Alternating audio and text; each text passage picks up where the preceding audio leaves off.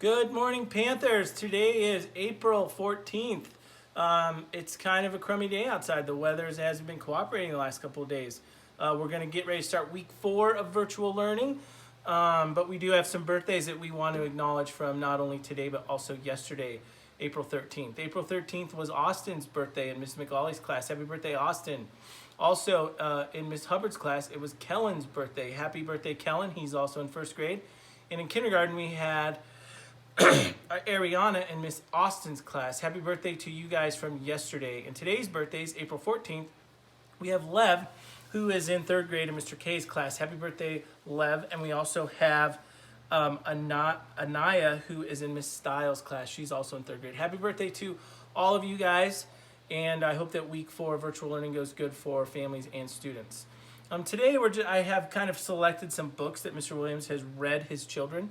And I was just thinking about maybe the intermediate kids could look at some of the intermediate books today. And if you have these books at home, tonight, maybe instead of your parents reading those books to you, maybe you could treat your mom and dad to a nice bedtime story and read those stories to them. So some of the ones that I've picked out, the Olivia series, those are always good. Tatum always used to like those when she was a kid. This was one of Mr. Williams' favorites. This was a good one to kind of teach my kids how to read, the Brown Bear, What Do You See book. That was always a fun book to read. This one's one of my favorites. There's a Walk It in My Pocket by Dr. Seuss. That one was always a favorite of mine to read to Tatum and Jude. But probably the favorite one that I had is I picked this book up at the Goodwill several years ago, and it's by Margaret Wise Brown, and it's Goodnight Moon. And this is just a really good book to read.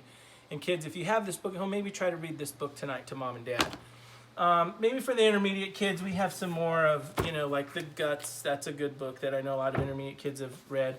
The Harry Potter series is always good. We have, graphic novels like Dog Man and Diary of a Wimpy Kid.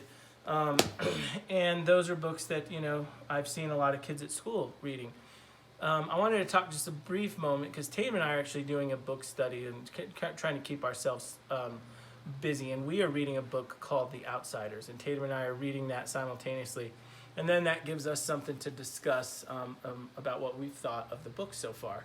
And The Outsiders is a little bit older book, maybe like 6th grade, 7th grade students could read The Outsiders, but it's a really good book too, so as you get older, think about that book. But what Mr. Williams has here today is Where the Sidewalk Ends, and this is one of my favorite books. And this book is kind of old because Mr. Williams has had this book since he was a child. And I've kind of bookmarked some of the things in here that my mom used to read to me when I was a kid. And I've kind of bookmarked them because they're special to me. But one that just a short one that I wanted to share with the kids. It's a little poem by Shel Silverstein called Pancake.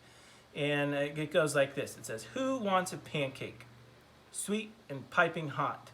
Good little Grace looks up and says, I'll take the one on top. Who else wants a pancake? Fresh off the griddle. Terrible Teresa smiles and says, I'll take the one in the middle." So those are books that, you can share with your family and read. Some other things that I wanted to show you is we're going to transition and we're going to go downstairs real quick. I want to show you some games that Mr. Williams and his family play. Some popular games that we like to play in our house that we keep. And we've played several of them so far since we've been on this quarantine. But they're down in the basement. That's where we keep them.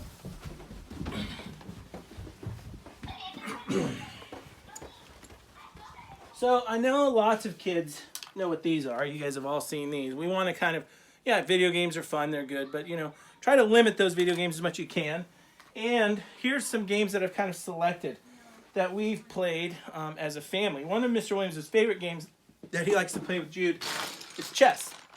We've got chess. I know lots of kids in Mr. Evans' class recognize this game, Apples to Apples. That's always a good one. Connect Four. Those are good games.